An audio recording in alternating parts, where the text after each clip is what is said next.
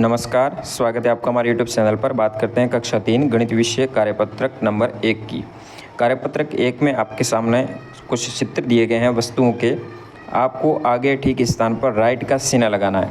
यदि वो वस्तु लुढ़कती है तो लुढ़कने वाले के कॉलम में लगाएंगे, खिसकेगी तो खिसकने वाले के कॉलम में टिक लगाएंगे, और लुढ़केगी और खिसकेगी दोनों प्रक्रिया होती है तो दोनों पे लगाना है।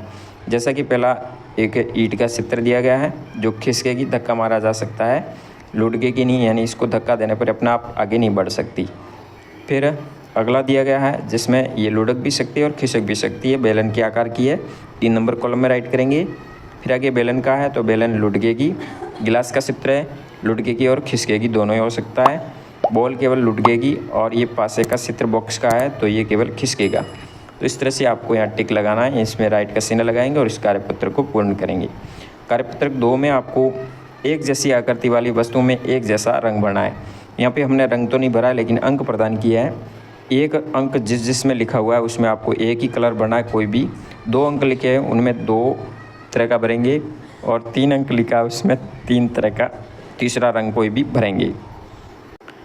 1 नंबर आकृति जैसे कि आप देख रहे हैं, घन या घनाभ की आकृति वाली में एक जैसा आएगा। जैसे कि इसको हम सेलेक्ट किया है, इसको किया 1 नंबर, इसमें 1 नंबर, तो इसमें सभी में आप रेड कलर भर सकते हैं, या किसी तरह का अपने चॉइस का कलर कोई भी।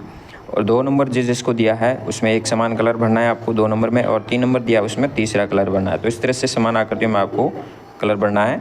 फिर बात करते हैं कार्यपत्रक नंबर 3 की। 3 में 1 से 10 तक की वस्तुओं का उपयोग करते हुए वस्तुओं को गिनने से संबंधित आपके सामने कार्यपत्रक दिया गया है। 3 नंबर में आपके सामने गिन करके रंग भरना है। जैसे कि नीचे अंक दिए गए हैं, 6 अंक दिए गए हैं, तो आपको यहाँ कुल 6 बॉक्सों के अंदर कोई भी कलर भरना है। यहाँ 9 अंक दिए गए हैं तो यहाँ 9 बॉक्सों में आपको रंग भरना है, बाकी वाले खाली रखने हैं। इसी तरह अगले में 8 है, यहाँ पे 8 बॉक्सों में भरेंगे, या 3 कॉलम में, यहाँ पे 7, या 5 में, या 2 के अंदर, या 10, यहाँ 1 और यहाँ पे 4। इस तरह से आपको रंग भरना है। दूसरे प्रश्न में आपको यहाँ आगे एक चित्र दिया गया, आप देख रहे होंगे। तो इस चित्र के अंदर जितने भी आपको चित्र दिख रहे हैं, जैसे कि पहला सीढ़ियाँ, यहाँ पे सीढ़ियाँ कितनी हैं, 1 2 3 आप देख रहे होंगे, 3 है तो यहाँ 3 संख्या दर्ज करेंगे। साइकिलें कितनी है, 3 2 5 दी गई है। आम कितने इस पेड़ पे पूरे गिनने हैं, 25 होंगे। बच्चे यहाँ पे कितने हैं, टोटल 7 है। तितलियाँ 5 है। फूल कितने हैं, 3 है, और गिलहरियाँ 2 है। इस तरह सभी को गिन करके आपको इसमें लिखना है। फिर बात करते हैं कार्यपत्रक नंबर 4, जो भी 1 से 10 तक की संख्याओं से संबंधित है।